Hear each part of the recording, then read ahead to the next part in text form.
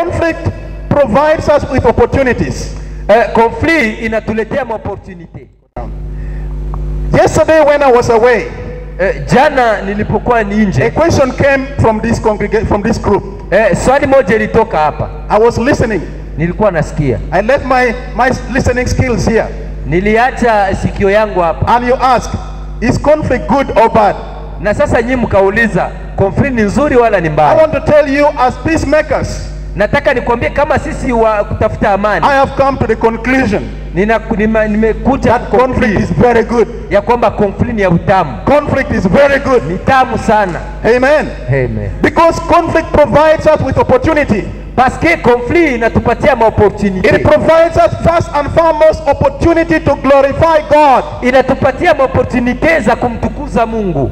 The Bible tells us, Biblia inatuambia, Paul was talking to the church, Paulo alikuwa akiongea na kanisa, that in all that you do, ya kwamba katika kila ukifanyacho, whether you eat or drink, ukule wala ukunywe, do it all for the glory of God. yote uifanye kwa utukufu wa Bwana. Even as we walk through conflict, Please.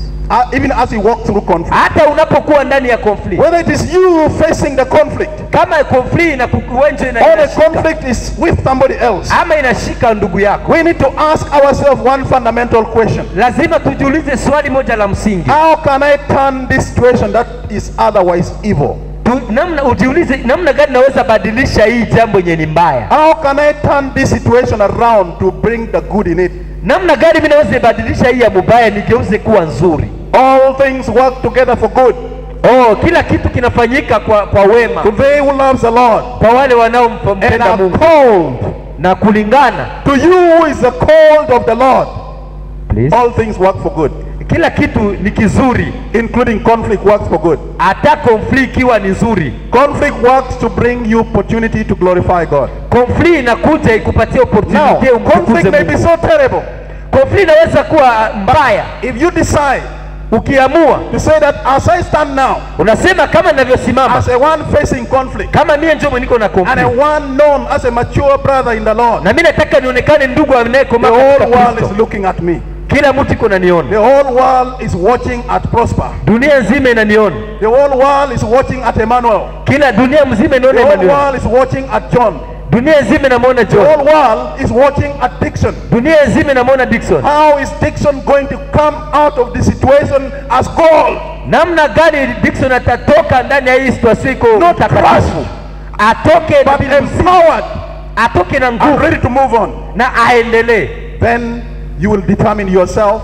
Na kisha sasa utaweza this situation would otherwise deserve me picking a panga and cut somebody's neck off. Hii situation ilikuwa yenyewe ilihitaji nikamate mpanga na niumize mtu. This situation would otherwise deserve me going to court and file a suit. Wenda ningeenda kukoti na niende nitetee haki yangu. This situation would otherwise deserve me running and making a very serious statement to the press. Wenda ningeenda kupress na mimi nafanya statement ama kuongea sana juu ya ule. But what would Jesus do? Lakini ingekuwa Yesu angefanya nini? What should I do to bring glory to my master?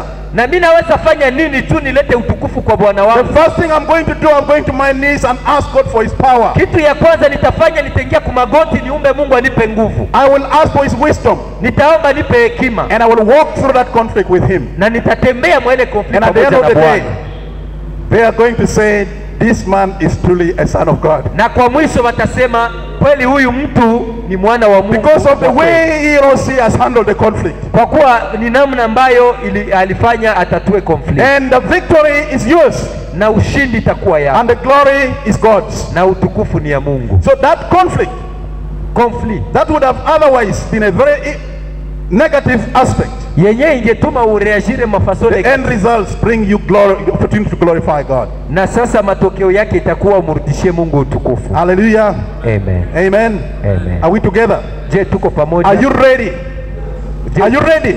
Uko tayari? To use your life. Tumia maisha yako. And use conflict situations. Tumia ile conflict. To bring glory and honor to God. Uletee Mungu utukufu kupitia ile conflict. Not my will, Lord, but let your will be done. Sio kutaka kwangu Bwana, acha mapenzi. The next opportunity that conflict provides us is opportunity to serve other people.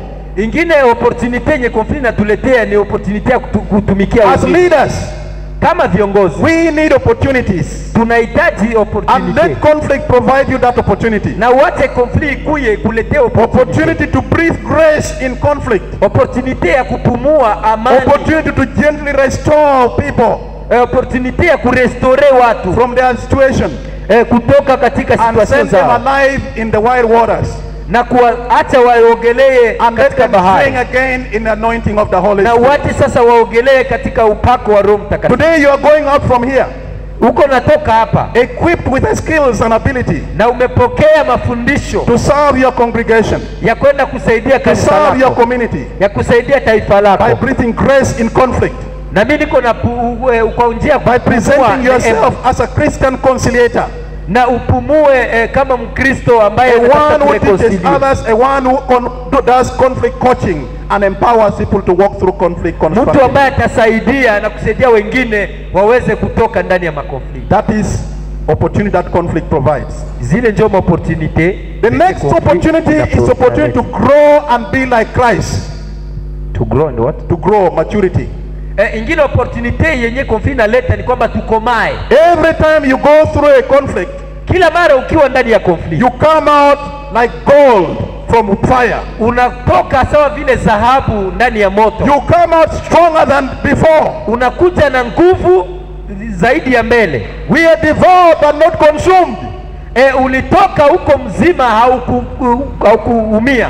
So conflict helps you grow. Let me give you an example to myself. Acha niwape mfano ya upekee. Yesterday I gave you my testimony. Jana niliwapa ushuhuda yangu. I have gone through conflict as a child. Mimi nilishaenda mkonflikt na I niko have mtoto. seen serious situations. Nilishaona mambo ya kutisha. I've seen people murdered when I'm seeing. Niliona watu wakiuawa nikiona. I've seen people go to suicide, not only people but my own family. Niliona watu wakiuawa na tena si wengine, ni That familia yangu. conflict has not left me the same. Na ile conflict kuniacha It's a reason why I speak with authority today when I talk about peace na making. ndio sababu unaona niko naongea na autorite na I become an authority because I'm one who have gone through it. niko naongea na autorite, tunishapita ndani ya conflict, And I know when I'm talking about it. na mimi najua ni wakati gani And when people nitaongelea. explain to me their situation in conflict, Na watu wakinielezea I mambo know what they yao, are talking about. mimi najua wako I know what they are going through. mimi najua I can figure it out and I understand it. na mimi naelewa shida zao. Therefore, conflict is an opportunity. Conflict ni opportunity. There is going to utilize the opportunity that conflict provides Ile ni opportunity zenye conflict inaleta and grow. na inatukomalisha. Don't let it destroy you. Usiache Don't let conflict bog you down. usiache kubombarde. Conflict just opportunity to glorify God Ile inaleta opportunity To serve others Mungu, utumikie wengine and to grow. na ukomae. Brothers and sisters, I'm jumping to the next phase of my presentation. Sasa anafikia kusomo yake ya leo. Ile ilikuwa ni marudilio ya Being jana. equipped with the ability to lead Ukwe ekipe na uwezo wa kuongoza and minister to others. na pia kutumikia wengine. The servant leader. Ndio kichwa somo inaitwa kiongozi mtumishi. One thing, let me just go back again and tell you something. Acha nirudie tena niwaambie jambo fulani. Blessed are the peacemakers, Abarikiwe yeye anayetafuta amani, for they shall be called kwa kuwa wataitwa children of God. wana wa Mungu. You are not going to be called a child of God in heaven. Hautaitwa mwana wa Mungu mbinguni. This scripture has been misunderstood. Hii andiko imeelewa vibaya. But I want to tell you one thing. Nataka nikwambie jambo moja. Peacemakers are going to be called sons of God while in this life. Watafiti wa amani wataitwa wana wa Mungu. And it's not God going to call you a son of God. Na sio Mungu atakuita atakuita It's the mwanao. people of this world who are going to call you a son of God. Ni watu wa hii dunia ndio watakuita mwana wa Mungu. Depending on how you walk through conflict. Inalingana na jinsi unatembea na conflict. Depending on how you breathe grace Inalingana na jinsi unavyopumua in conflict.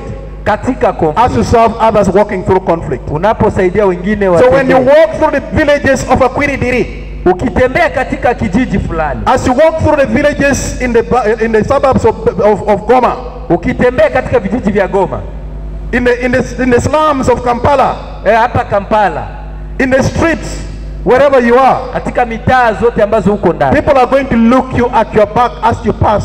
na watu watakuangalia unapotembea. And they will say, is that not Dixon? Watasema huyu sio Dickson, Is that not Francis? huyu sio Francis, Oh, that is Francis. au huyo ni Francis. That guy. Huyo mtu You guys don't know him. hamumjui ni. He's a son of God. Yeye ni mwana wa Mungu. He's a daughter of God. Yeye ni mtoto wa Mungu. I saw him. Nimemwona. He did this. Alifanya. When he was going through conflict, alipokuwa ndani ya conflict, he behaved in remarkable ways. Alitumika kwa That njia ya guy is a pekee. peacemaker. Ule ni mtafiti wa amani. He's a true son of God. Yeye kweli ni mwana wa Mungu. You are going to be defined by the way you respond to conflict.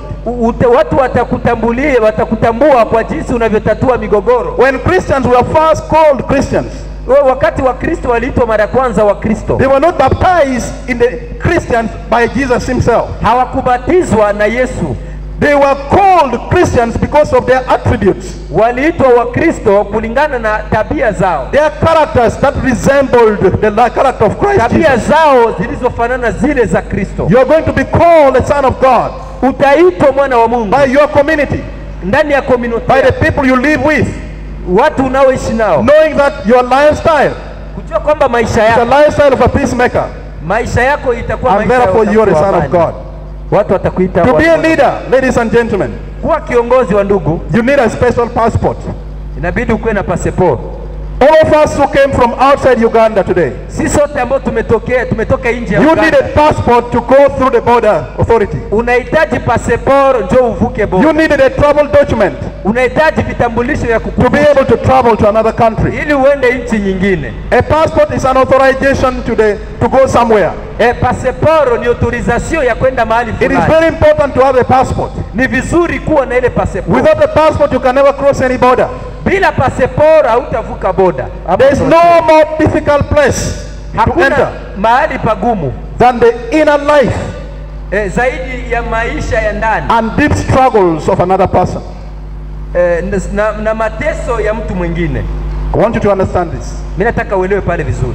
There is no more difficult place to enter Hakuna nafasi pagumu pa kuingia than the inner life sa vile maisha ya ndani and the deep struggles of another person. na mateso ya mtu mwingine. People going through conflict, Watu ambao wanapitia the conflict people we lead, ndio watu tunaowatafuta. we see them in the surface, Tunawaona ndani ya sura, but the inner being of their lives, lakini maisha yao ya ndani we do not see it. hatuone. And when people are going through conflict, Na watu wanapoiendea they come to you completely wanakuja kwako and they open their deep secrets to you. na wanafungua siri zao kwako. The innermost parts of their life, they open it to you. Sehemu kubwa za maisha But yao I want to tell you, wanatoa. it's not easy to get there. Lakini acha nikwambie sio rahisi kuingia ndani You ya need ile a roho. special passport.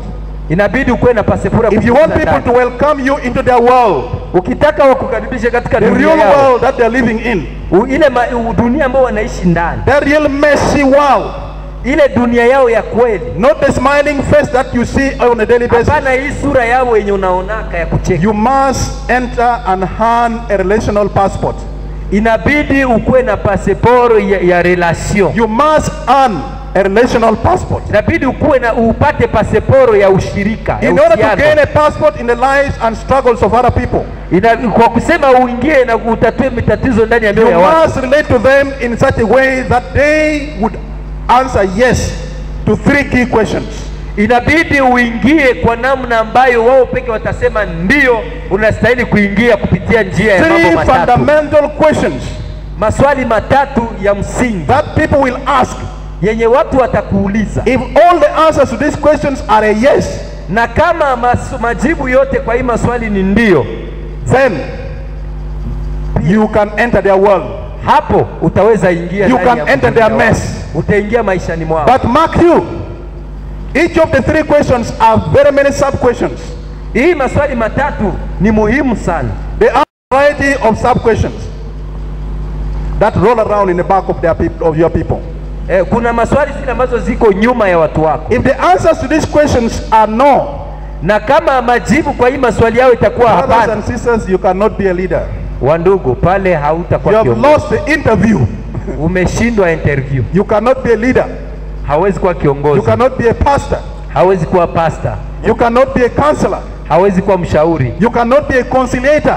hawezi kuwa conciliator, Somebody will resolve conflict of others. mtu mwenye anatatuaka makonflikt za These watu. 3 questions are up there. Ile maswali matatu iko pale. The first question, Swali ya kwanza, can I trust you? je, naweza kuaminia?